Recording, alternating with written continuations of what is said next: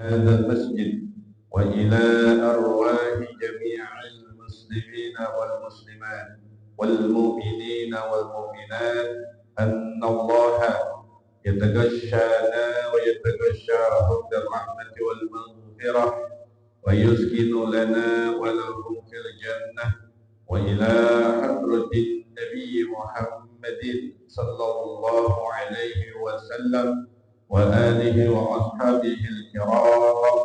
الفاتحة. أعوذ بالله من الشيطان الرجيم. بسم الله الرحمن الرحيم. الحمد لله رب العالمين الرحمن الرحيم مالك يوم الدين. إياك نعبد وإياك نستعين. اهدنا الصراط المستقيم صراط الذين أنعمت عليهم غير المغضوب عليهم ولا الضالين. رب اغفر لي ولوالدي وللمؤمنين آمين. بسم الله الرحمن الرحيم.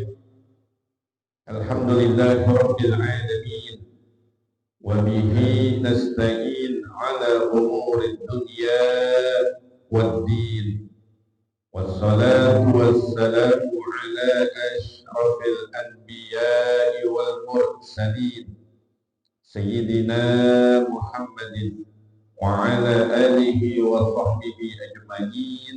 أما بعد فقال تعالى في كتابه الكريم رب اشرح لي صدري ويسر لي أمري واحلل عقدة من لساني يفقهوا قولي. صدق الله العظيم. Guru kita Al-Mukarram Ustaz Haji Hidayat, orang tua kita Bapak Haji Muhammad Soleh, Bapak RW, Bapak Haji Nurdin, segenap pengurus DKI Masjid Miftahul Jannah, para orang tua jamaah hadirin yang insya Allah kita semua dimuliakan oleh Allah. Alhamdulillah, pagi yang sejuk kita baru saja menunaikan salat subuh dengan berjamaah. Masih berniat iktikaf berada di dalam masjid. Kita tambah duduk beberapa saat untuk hadir di majelis ilmu. Mudah-mudahan niat yang ikhlas untuk menuntut ilmu Allah beri kemudahan. Insya Allah kita akan mendapatkan ilmu yang bermanfaat, mendapatkan berkah dari Allah Subhanahu wa ta'ala. Amin ya rabbal alamin. Jamaah hadirin yang dimuliakan oleh Allah, pagi ini insya Allah dua hadis yang akan kita kaji. Yang pertama adalah hadis yang berkaitan dengan ayat-ayat sajadah serta keutamaannya. Kemudian yang kedua insya Allah adab menuju ke masjid, ke mushola untuk melaksanakan sholat berjamaah. Bismillahirrahmanirrahim. Qala al-muallifu rahimahullahu ta'ala, qala Rasulullah sallallahu alaihi wasallam, idza qara'a ibnu adam as-sajdatan fasajada i'tazala asy-syaitanu yabki yaqulu ya wailahu umira ibnu adam bis-sujudi fasajada falahul jannatu wa umirtu bis-sujudi fa'asaitu faliyan naru. Telah bersabda Rasulullah sallallahu alaihi wasallam, idza qara'a ibnu adam as-sajdatan, apabila manusia, maksudnya kita umat Islam, membaca as-sajdatan, ayat-ayat Al-Quran yang berkaitan diperintahkan untuk bersujud, ayat-ayat sajadah namanya. Fasajadah, maka kita yang membaca lakukan sujud. Apa yang terjadi pada syaitan? Saat kita membaca ayat-ayat sejadah, kemudian kita juga melakukan sujud. I'tazalasy syaitan, maka setan itu menjauh, menghindar, mengisolasi dirinya setan. Yabki, sambil dia menangis. Kita baca ayat-ayat sejadah, kemudian kita iringi dengan sujud, namanya sujud tilawah. Saat itu setan langsung menjauh, menghindar, mengisolasi, sambil menangis, sambil sedih. Yaqulu, setannya ngomong begini, setannya berucap begini, ya wailahu, celakalah diriku. Setan menganggap dirinya celaka ketika kita membaca ayat sejadah kemudian kita sujud. Setan mengucapkan dengan kalimat ya wailahu, celaka saya, rugi saya, dilaknat saya. Ini omongan setan.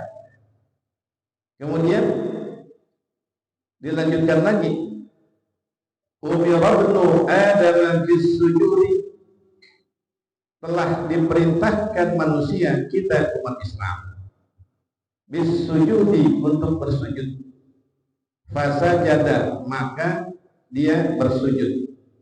Falahul jannatu, maka ada baginya, yaitu surga. Nah kemudian setan masih melanjutkan dengan ucapannya wa umirtu, dan aku diperintahkan bisujudi, untuk bersujud.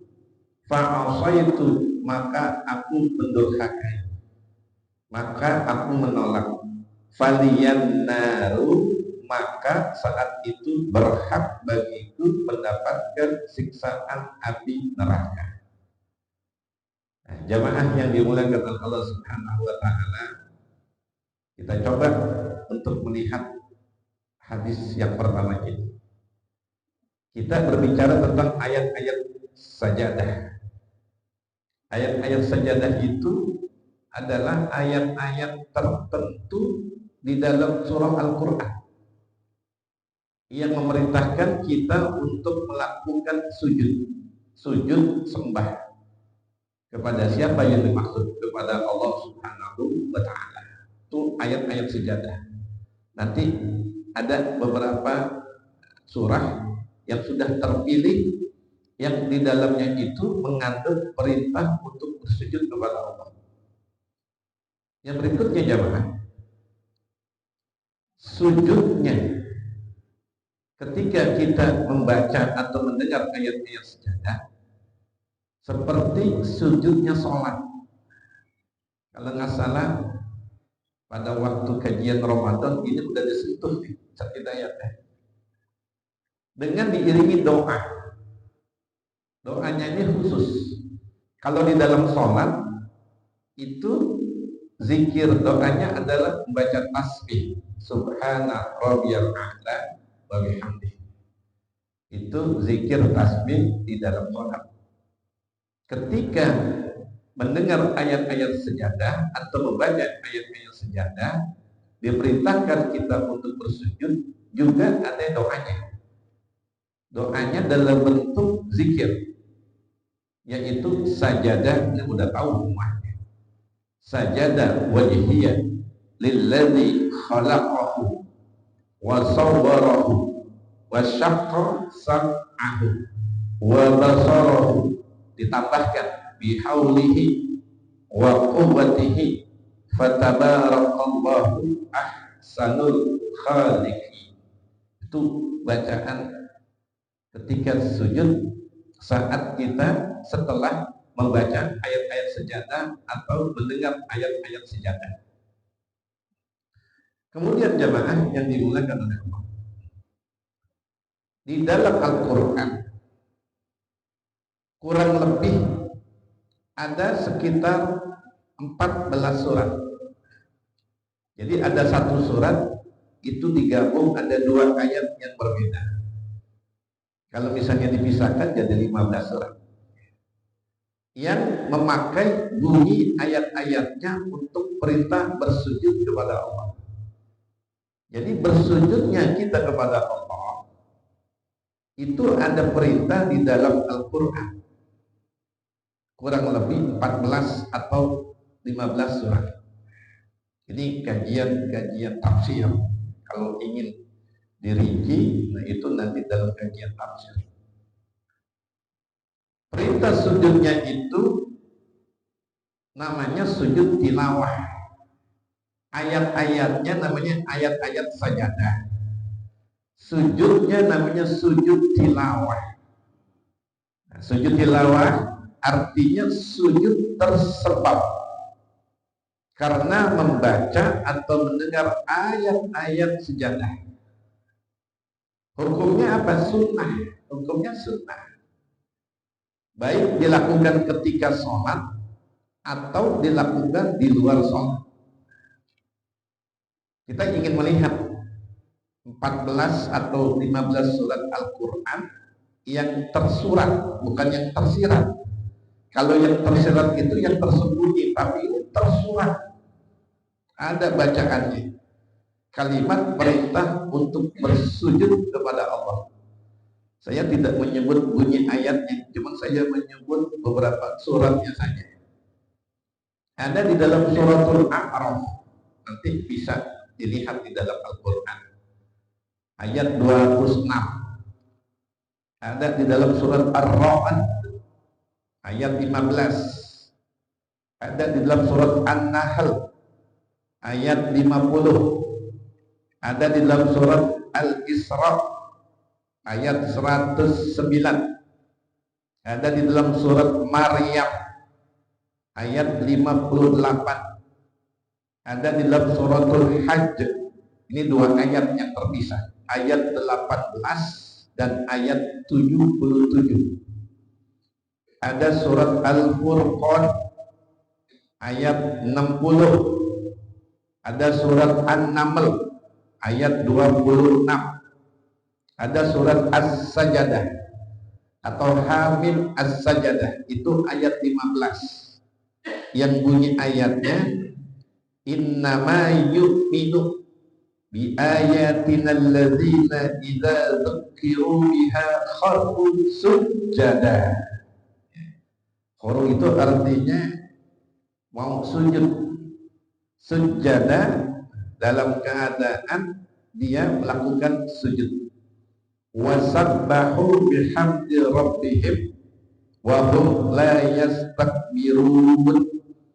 Ini kesunahannya khusus untuk Jumat subuh sajadah ini. Ini surat As-Sajadah. Kita kalau lagi di Masjidil Haram nih, ini banyak yang nyungkep nih. Iya, disangka apa? Disangka rukuk. Padahal imamnya sujud tilawah. Itu banyak kejadian. Ya, kalau di Masjidil Haram kan nggak ada informasi dari imamnya. Nanti kita membaca ayat sajadah, kemudian ada sujud tilawah, nggak diinfokan kayak gitu. Nah, sementara orang yang berada di dalam Masjidil Haram dan sekitarnya kan nggak semuanya orang-orang berilmu, banyak orang awam. Dia sangka imamnya rukuk, nggak taunya imamnya sedang sujud tilawah. Ya mudah-mudahan sih dimaafkan salatnya. Itu surat As-Sajadah ayat 15. Lalu ada lagi surat Fussilat ayat 38. Surat Shad ayat 24. Surat An-Najm ayat 62. Nah, ini surat An-Najm ayat 62, ada ulama yang mengatakan menjadi salah satu surah yang memerintahkan bersujud yang pertama kali. Sebab ada kalimat yang langsung berbunyi fasjudu lillahi wa'buduhu. Itu ayatnya tegas. Maka bersujudlah kalian kepada Allah dan sembahlah kalian kepada Allah. Itu surat An-Najm ayat 62. Lalu ada lagi surat Al-Insyiqaq ayat 21 di juz amma itu. Wa idza quri'a 'alaihimul qur'anu la yasjudun.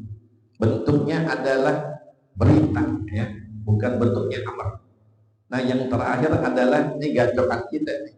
Surat Al-Alaq. Ya, wasjud waqtarib. Kurang lebih 14 atau 15 surat di dalam Al-Qur'an ayat-ayat sajadah. 19 ayat. Iya, karena ada tambah. Nah, jamaah yang dimuliakan oleh Allah. Apa pesan yang terkandung dalam ayat-ayat sejadah? Sebenarnya merupakan isyarat bahwa segala sesuatu yang pantas untuk disembah, untuk disujudkan adalah Allah. Nah, kita bicara tentang hal yang layak, hal yang pantas untuk disembah adalah Allah.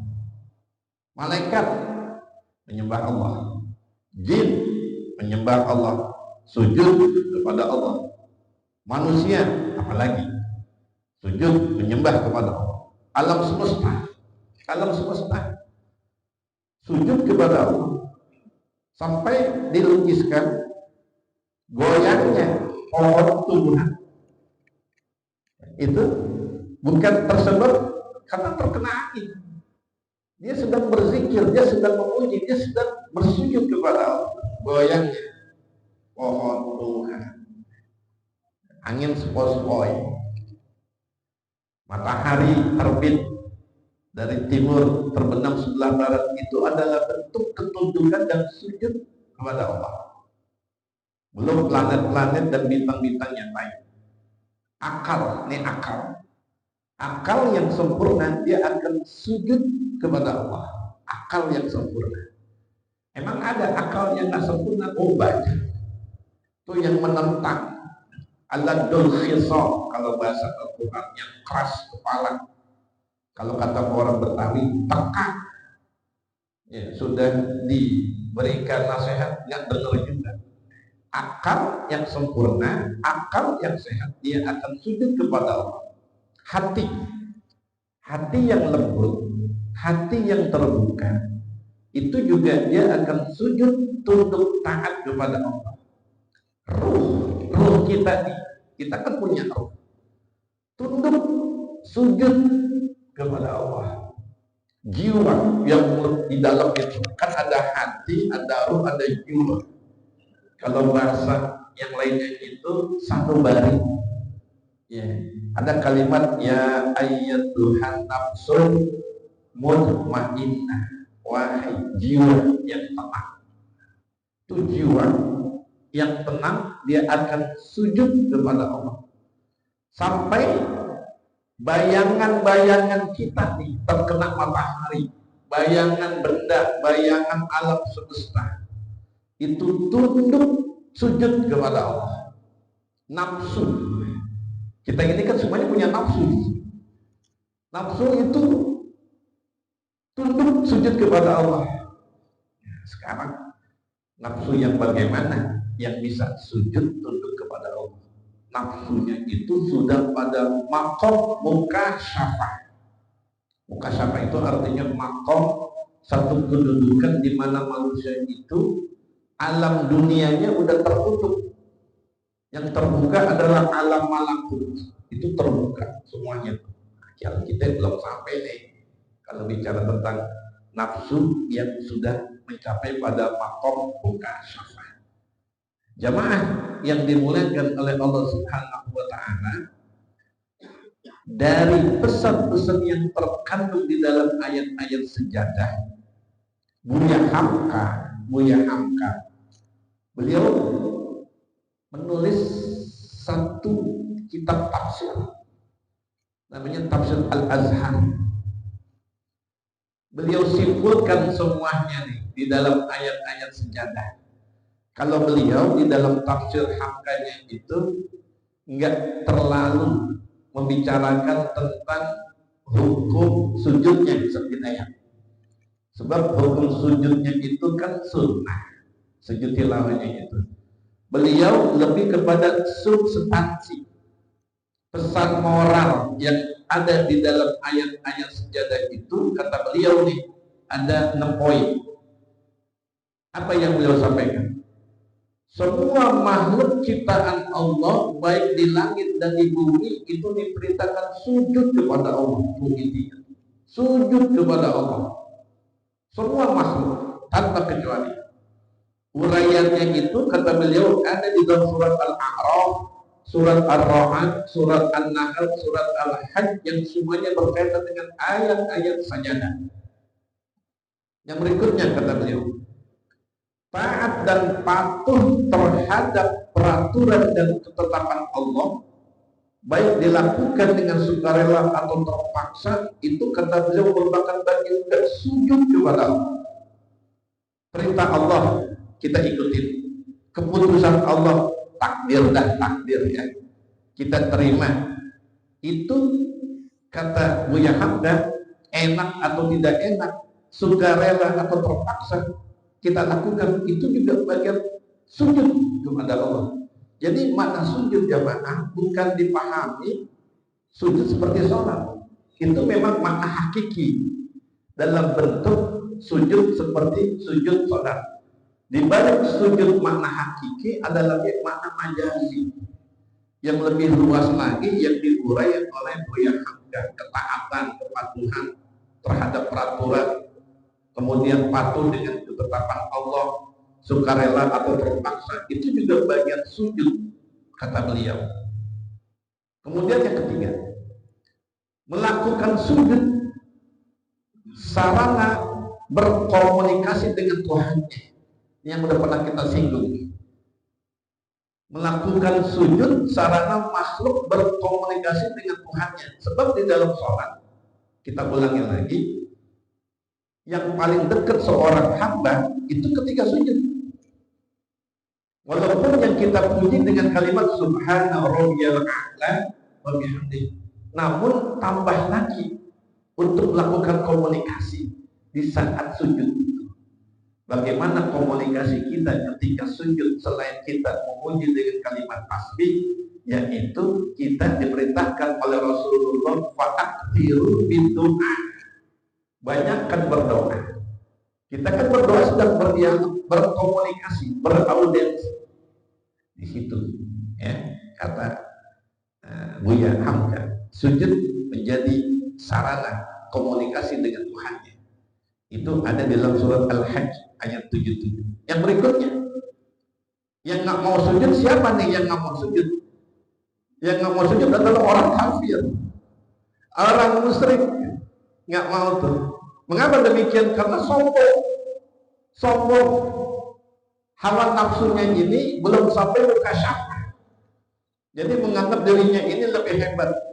Itu ada di dalam surah Al-Furqan, An-Naml, As-Sajadah juga, surat Al-Fussilat dan juga surat Al-Insyiqaq itu di dalam ayat-ayat As-Sajadah. Yang berikutnya, orang yang berilmu, kata Buya Hamka, orang yang berakal pasti akan melakukan sujud. Mengapa? Karena terpengaruh oleh bunyi susunan ayat-ayat yang sangat indah dan juga sangat halus, sastranya itu. So, kalau orang yang berakal sehat, dia kaji ayat-ayat Al-Quran, kemudian menemukan ada satu bagian ayat ini yang sangat halus, sehingga dia tersentuh untuk melakukan sujud kepada Allah. Itu surat An-Najm. Nah, bagian yang berikutnya kata Buya Hamka, Nabi Rasul yang sudah dijamin oleh Allah masuk surga tetap sujud. Nabi Rasul sudah dijamin masuk surga, melakukan sujud. Apa perbedaannya sujudnya Nabi Rasul dengan kita pada ayat-ayat As-Sajadah atau pada ayat-ayat yang memerintahkan untuk bersujud kepada Allah? Perbedaannya, kata Buya Hamka, Nabi Rasul yang sudah dijamin oleh Allah masuk surga, sujudnya kepada Allah dengan sujud syukur. Itu perbedaannya. Kalau kita masih sebatas sujudnya sujud tilawah. Jadi ada perbedaan. Kalau Nabi, Rasul, dia sujudnya syukur. Kalau kita namanya sujud tilawah. Nah, ini pendapat dari Buya Hamka yang saya lihat di dalam tafsir Al-Azhar. Jamaah yang dimuliakan oleh Allah, ada pertanyaan, bagaimana reaksi iblis, reaksi setan ketika ada ayat sejadah, dan apa yang kita dapat jika kita ikut perintah bersujud? Tersebab ayat-ayat sejadah berdasarkan hadis Rasulullah yang kita baca ini. Yang pertama, reaksi iblis setan. Iblis setan itu menjauh. Itu kalimatnya jelas, iktazala syaitan, dan bersedih, yabki, mudah menjauh, mengisolasi, menghindar, juga bersedih. Kemudian menyatakan dirinya iblis, dia mengatakan kepada dirinya adalah celaka dengan kalimat tadi, ya wailah. Itu ya, reaksi setan, reaksi iblis. Yang berikutnya, apa yang membuat setan merasa celaka? Jawabannya adalah, yang membuat setan merasa celaka sebab setan melihat, menyaksikan bahwa manusia dalam hal ini adalah umat Islam bersujud kepada Allah. Sujudnya manusia kepada Allah, sujudnya umat Islam kepada Allah, itu sebagai bentuk tanda patuh. Kalau orang udah sujud, disuruh apa aja pasti mau. Lihat budak kalau dia sujud di kakinya nih si majikan, apa yang diperintah oleh majikannya pasti nurut. Termasuk binatang, anjing, kucing. Kalau udah selelekan, itu bahasa Betawi setidaknya. Kalau udah selelekan di kaki nih, kemana yang kita berjalan dia ikutin. Kemana kita perintah, kalau udah kita didik, dia akan mau mengikuti perintah kita. Nah, manusia sujud kepada Allah sebagai tanda patuhnya, taatnya. Makanya pantas kalau manusia yang bersujud, umat Islam yang bersujud, yang menjadi bagian simbol taat dan patuhnya kepada Allah, balasannya itu adalah surga. Itu kalimatnya adalah fasajada falahu al-jannah. Maka manusia, umat Islam bersujud, maka saat itulah Allah menyediakan tempatnya di surga. Yang berikutnya, apa yang membuat setan merasa celaka?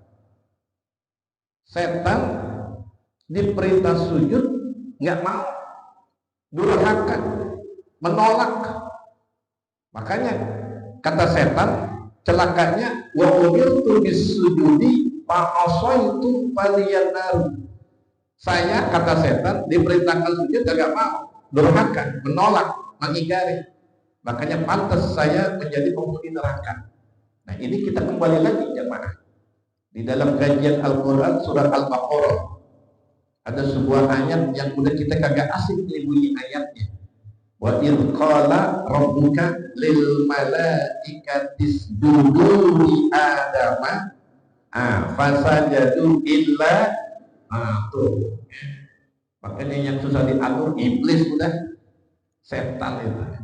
Allah perintahkan kepada malaikat sambil berkata Allah kepada malaikat, sujud kepada Nabi Adam. Malaikat tunduk, fasajad illa iblis, kecuali setan. Abah merasa enggak mau. Wastakbara, merasa apa? Wastakbara, angkuh, sombong. Ini kan penyakit nih. Orang kalau punya penyakit sombong berarti dia telah terselip bagian daripada sifat-sifat iblis.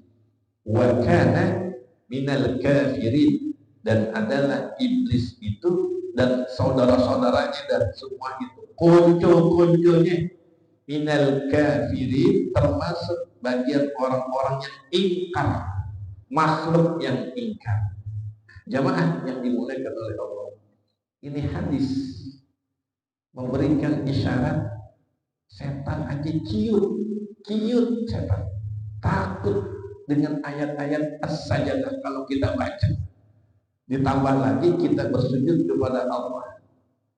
Sebenarnya kita ini menang menghadapi setan, menghadapi iblis. Ada pertanyaannya jamaah. Kalau kita tahu menang, baru sebatas membaca ayat sejadah, baru sebatas kita melakukan sujud tilawah. Pertanyaannya, mengapa kita masih memperturuti keinginan setan itu pada kondisi-kondisi tertentu? Kan kita udah menang dengan ayat as-sajadah, dengan sujud tilawah, belum ibadah-ibadah yang lain. Pertanyaannya, saya ulangi lagi, mengapa kita masih memperturuti keinginan setan pada kondisi tertentu? Pada kondisi tertentu. Apa contohnya? Sholat subuh masih banyak yang kesiangan. Masa setiap hari sholat subuh bodoh? Bayangin aja itu. Berarti kan dia kalah. Iya. Besok nih masih banyak di antara kita berat untuk ikut merubah. Padahal 3,5 juta nggak seberapa itu dibanding uang kita untuk hal-hal yang lain, tapi masih berat kita untuk mengeluarkan itu, tidak tertarik untuk berkorban. Lalu masih juga banyak yang percaya dengan hal-hal yang mistik berbau syirik yang dilakukan oleh umat Islam. Nah, kita introspeksi masing-masing tentang bagian ini, ayat-ayat sejadah dan juga sujud tilawah. Nah, ini hadis yang pertama jamaah tentang keutamaan ayat-ayat sajadah dan juga sujud tilawah. Begini jamaah yang dimuliakan oleh Allah. Kita sebagai imam juga harus bijak ketika kita tahu jamaah kita di belakang, juga surah-surah yang akan kita baca. Ini buat perhatian kita semuanya. Kalau kita ingin membaca surah-surah yang berkaitan dengan ayat-ayat as-sajadah, yang bijaknya nih, yang bijak, diinfokan kepada jamaah. Jamaah, saya mau baca surat as-sajadah. Salah satunya adalah suratul Alaq yang gampang itu. Nanti pada saat kalimat wasjud waqtarib, tidak rukuk, sujud tilawah. Setelah sujud tilawah kita berdiri kembali dalam posisi semula. Itu yang bijak diinfokan kepada jamaah sebelum kita memimpin sholat. Itu yang bijak. Yang kedua, kalau memang kita tidak sempat menyampaikan kepada jamaah bahwa kita akan baca surat Al-Alaq, itu jangan dibaca surat Al-Alaq. Bukannya nggak boleh, boleh. Masalahnya nanti di belakang menyangka akan sujud tilawah. Nggak tahunya imamnya apa? Rukuk. Ya.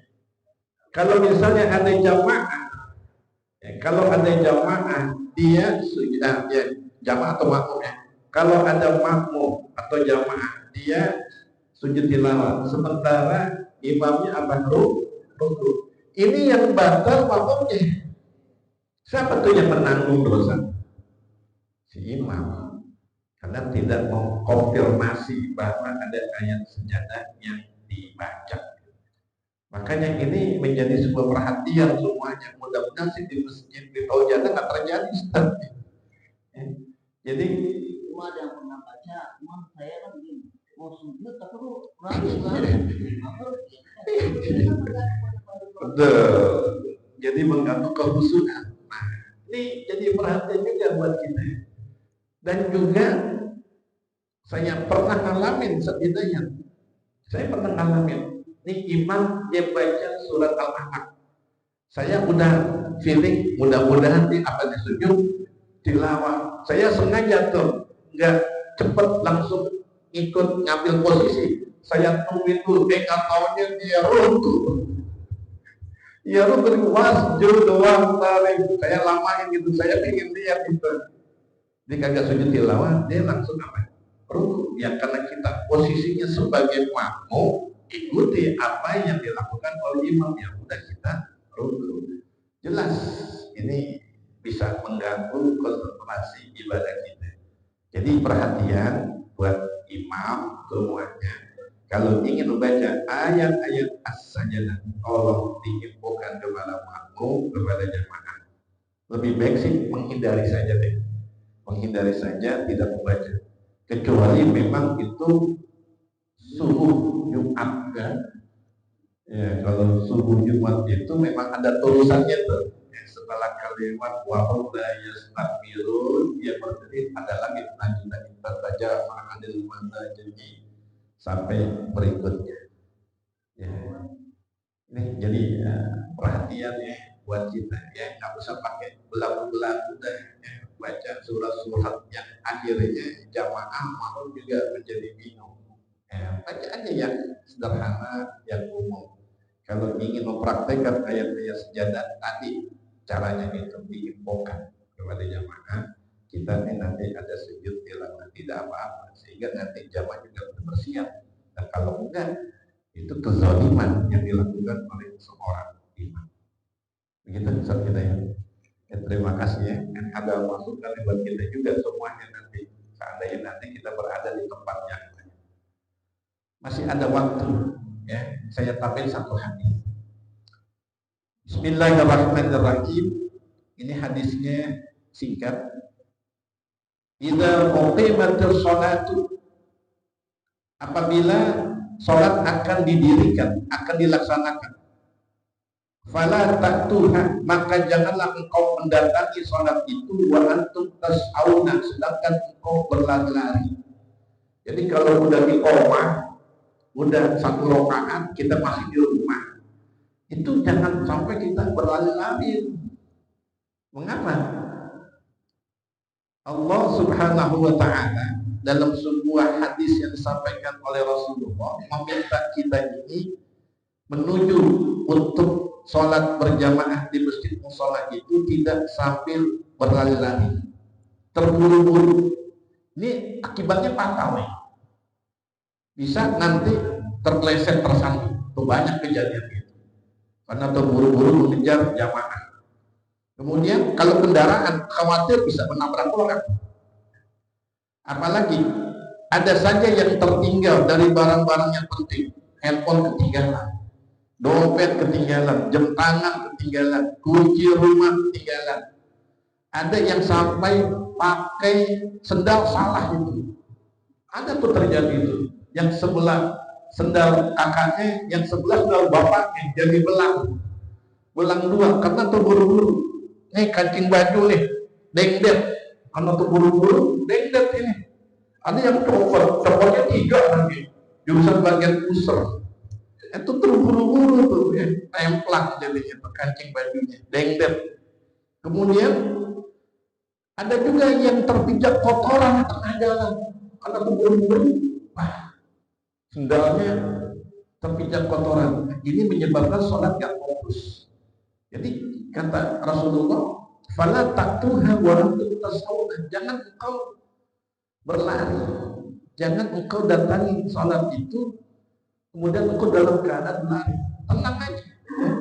Waktuha wa antum tamshuna, dan datangilah salat berjamaah itu di masjid atau mushola wa antum tamshuna, dan engkau sudah dalam keadaan berjalan. Tenang, pelan-pelan. Walaupun udah iqamah, walaupun imam udah masuk satu rakaat. Wa alaikumus sakinah, dan lazimkan, biasakan kamu itu berjalan dalam keadaan tenang, santai. Itu perintahnya dari Rasulullah sallallahu alaihi wasallam. Fama adraktum fasol, maka apa yang engkau dapat di dalam sholat itu kerjain. Kalau memang imamnya lagi rukun pas kita sampai, tungguin dulu. Mungkin kita nggak bisa mengejar menjadi masuk. Kalau imamnya lagi sujud, tungguin aja. Saat nanti udah selesai sujud, udah selesai duduk di antara dua sujud, dia berdiri lagi, baru kita melakukan sholat. Kekurangannya nanti bisa kita tambah. Berapa kurangnya? 2 rakaat, tambahin 2 rakaat. Kalau 3 rakaat, tambahin 3 rakaat. Ada juga sih dapatnya di ujung itu. Imamnya lagi duduk tahiyat akhir. Ada juga tuh yang dapatnya di ujung lagi tahiyat akhir. Tidak apa-apa, berarti nanti kita tambahkan sempurna. Kalau udah duduk tahiyat akhir berarti kan sholat itu udah mau selesai. Bilangan-bilangan rakaat itu kita nggak dapat. Paling kita dapat hanya sedikit terselip nilai jamaahnya saja. Wa ma fatakum fa'atim, maka dan apa saja yang luput itu artinya kita nggak dapat sama sekali. Rakaat nggak dapat, rukuk nggak dapat, i'tidal nggak dapat, sujud nggak dapat. Dapatnya itu lagi duduk tahiyat akhir.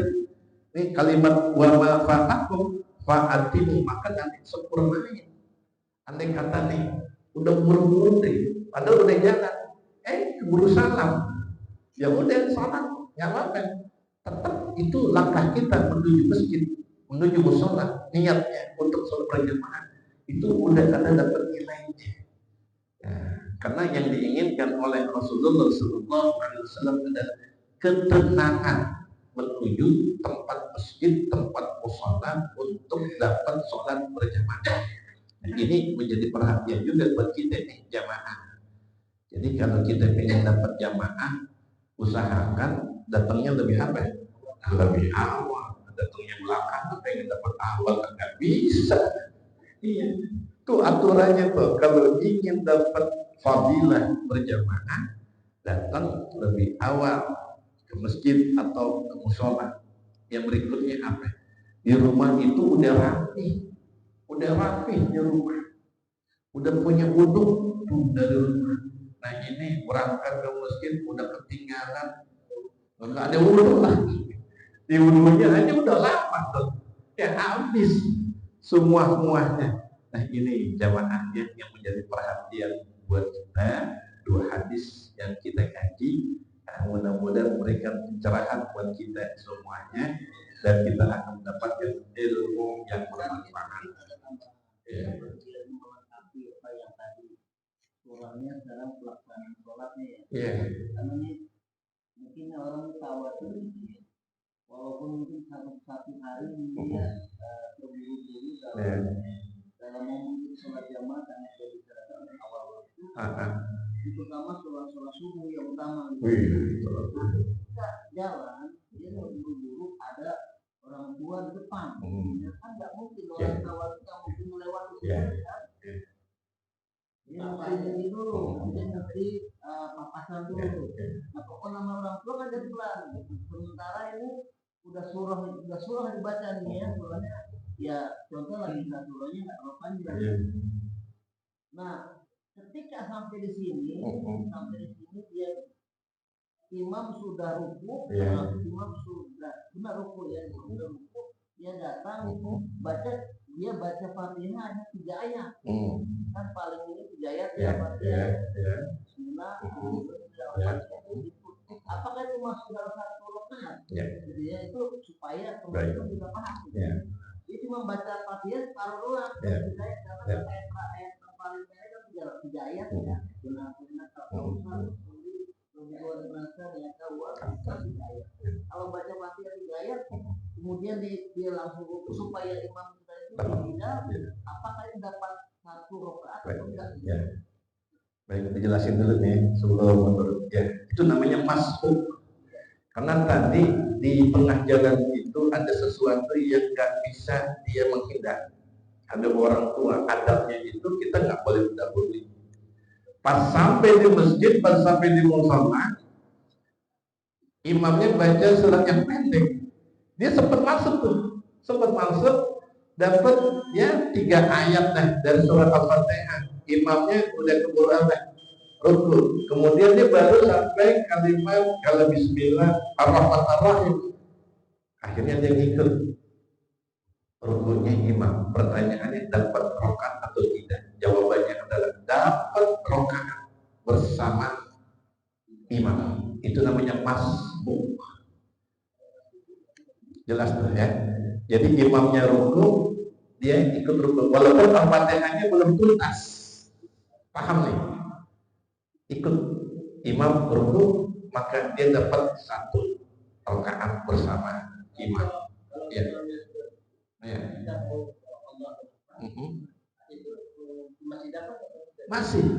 Masih dapat. Ya. Yang Allahu Akbar, imamnya ruku langsung kita kejar karena tak keburu surah Al-Fatihah kita baca. Itu dapat juga. Ya. Jadi yang dapat imam ketika ruku itu tadi yang masbuk ya. Surah Al-Fatihahnya nggak lengkap. Kemudian baru takbiratul ihram nggak lengkap gitu. Langsung dia melakukan ruku bersama imam. Persyaratannya tadi tuh di tengah jalan ada sesuatu yang menghalangi. Padahal berangkatnya udah awal. Nah, berbeda kalau misalnya merokok dulu gitu di warung. Nah, itu bukan masuk tuh, mabuk gitu, mabuk. Jadi beda. Saya kira gitu. Ya, mudah-mudahan nggak terjadi begitu. Ya. Baik, hadirin jamaah yang dimuliakan oleh Allah, kita tutup majelis kita dengan doa. Mudah-mudahan apa yang kita pelajari dapat ilmu yang bermanfaat untuk kita dan juga dapat kita perbaiki segala kekurangan-kekurangan ibadah sholat kita. Urusan-urusan kita dimudahkan oleh Allah, rezeki kita, penghasilan kita, usaha kita ditambahkan, diluaskan, yang halal, yang berkah, yang banyak. Kita semua dijaga, dipelihara, dilindungi, termasuk juga saudara-saudara kita yang ada di Palestina, umat Islam yang ada di dunia ini dijaga, dilindungi minal fitan wal kahan ma zahara minha wal ma batan. Yang lagi nggak enak badan, lagi kurang sehat, kita doain umatnya, Allah angkat penyakitnya, disehatkan badannya, dipanjangkan umurnya, Allah memberikan umur yang terbaik untuk kita dan juga untuk mereka. Umur usia kita yang ada Allah jadikan umur usia yang banyak mendatangkan keberuntungan, keberkahan, kebaikan di dunia wal akhirah. Allah akhir hidup kita semua dalam keadaan husnul khatimah. Anak-anak keturunan kita Allah jadikan mereka termasuk min dzurriyyatin thayyibah wa min dzurriyyatin shalihah. Para pemimpin kita tidak pernah bosan kita doakan, semoga Allah berikan kekuatan untuk menjalankan amanah, membawa bangsa negara negeri kita ini menjadi negeri baldatun thayyibatun wa rabbul ghafur. Seluruh calon jamaah haji yang sudah sampai ke tanah suci Mekah Madinah, yang akan berangkat menuju ke tanah suci Mekah Madinah, kita doakan mereka semuanya dalam keadaan sehat walafiat, pergi pulangnya dalam keadaan selamat, dimudahkan oleh Allah melaksanakan ibadah di 2 tanah suci. Allah jadikan haji mereka haji yang makbul, haji yang mabrur. Kita juga yang mendoakan suatu saat nanti Allah berikan kemudahan kita sampai ke tanah suci Mekah Madinah, baik melaksanakan ibadah umrah maupun ibadah haji. Ala hadhihi niyyah al-Fatihah. Bismillahirrahmanirrahim. Alhamdulillahirabbil alamin. Allahumma shalli wa sallim wa barik ala sayyidina Muhammadin wa ala alihi sayyidina Muhammad. Allahumma anfa'na bima 'allamtana wa 'allimna ma yanfa'una wa zidna 'ilman nafi'an. Rabbana taqabbal minna innaka antas samiul 'alim wa tub 'alaina innaka antat tawwabur rahim. Wa sallallahu ala sayyidina Muhammadin wa ala alihi wa sahbihi wa sallam. Walhamdulillahi rabbil alamin. Amin. Mohon maaf. Wassalamualaikum warahmatullahi wabarakatuh.